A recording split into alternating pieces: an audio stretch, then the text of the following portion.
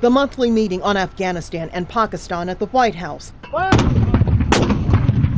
The final one before the start of a promised troop drawdown from Afghanistan in July. But still, no indication from General David Petraeus, the U.S. commander in Afghanistan, on what that might look like. The president is going to make his decision, as he has said all along, based on conditions on the ground.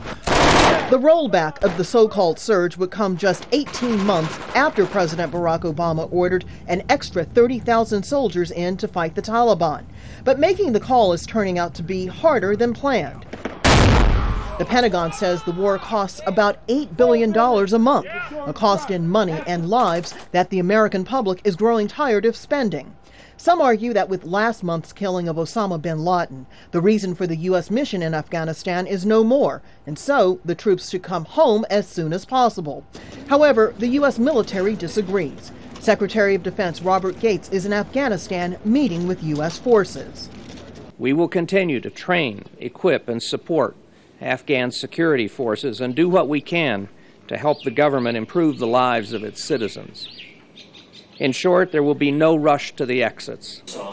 And on Monday, the general in charge of training Afghan troops argued indirectly for a slow pullout. We're still building this force today, but would not finish training it and fielding it till the end of 2012 into early 2013. The question of how fast to pull U.S. forces out of Afghanistan isn't just a matter of military strategy. The Obama administration has always argued that the key to stability in Afghanistan is a political one.